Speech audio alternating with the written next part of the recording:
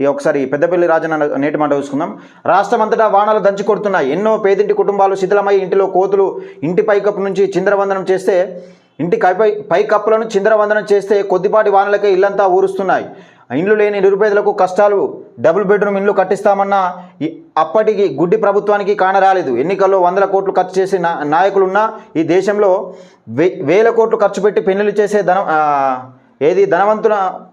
ధనవంతులు ఉన్న పుణ్యభూమిలో గూడు లేక అల్లాడుతున్న నిరుపేదలు ఎందరో ఇప్పటికీ పాతబడ్డ బస్టాండ్లలో ఓ ఫ్లైఓవర్ కింద రోడ్ల వెంబడి కవర్లు కట్టుకొని జీవిస్తున్నారు. కనీసం ఉండడానికి ఇల్లు లేక చిన్న రేకుల షెడ్డు నిర్మించుకునే స్తోమత లేక కిరాయి ఇండ్లలో ఇరుకు గదుల్లో నివసిస్తున్న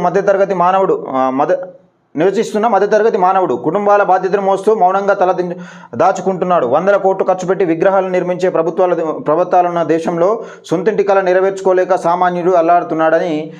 నిజంగా ఈ వర్షాలకు పెంకుటిల్లు, ఈ కోతులు, కొండంగాలు ఇవన్నీ బాగా అయిపోయినాయి ఈ పల్లెటూర్లలో. పీకి ఎక్కడ మొత్తం చిందరవందనం చేస్తూ ఉన్నాయి. చాలా పరిస్థితి ఉంది. మరి ప్రభుత్వాలు మారుతున్న పేదోని బ్రతుకులు మారుతలేవు. ఈ ప్రభుత్వాన్ని ఇందిరమ్మ ఇండ్లు ఇస్తా అని చెప్పింది కదా, ఇది అతి త్వరలోనే కంప్లీట్ చేస్తాను అనుకుంటే. ఎందుకంటే నిరుపేదలు ఎంతోమంది ఉన్నారు, ఇండ్లు లేనివాళ్ళు. అర్హులైన వాళ్ళు మాత్రమే అందజేయాలి. ఎందుకంటే మీ పార్టీ కార్యకర్తలని, మీ పార్టీ నాయకులు చెప్పారని వీళ్ళకి అందించడం వాళ్ళు అందకిచ్చడం కాదు. దాదాపుగా గ్రామాల్లో ఉన్న అర్హులైన వారు ఎవరైతే ఉంటారో వాళ్ళకు డబుల్ బెడ్రూమ్ అప్పుడు ఇయ్యలేని కేసీఆర్ ఇప్పుడు ఇందిరమ్మ ఇండ్లన్నా మీరన్నీ ఇవ్వాలి.